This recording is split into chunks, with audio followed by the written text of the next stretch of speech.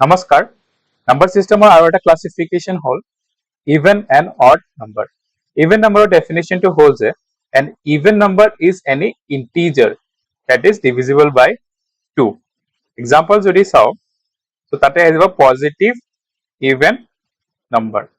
Positive even number কি আহি যাব 2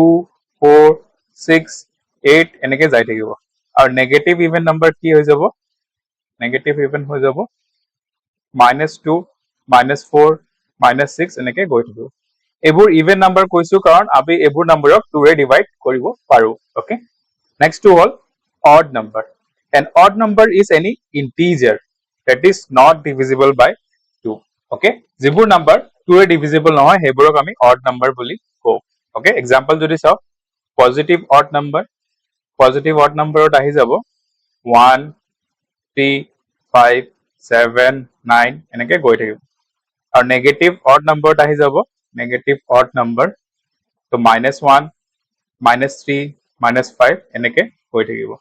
ওকে তার এটা পয়েন্ট মনত রাখিব নোটত 0 is an even number okay 0 কি হয় 0 is an even number okay ধন্যবাদ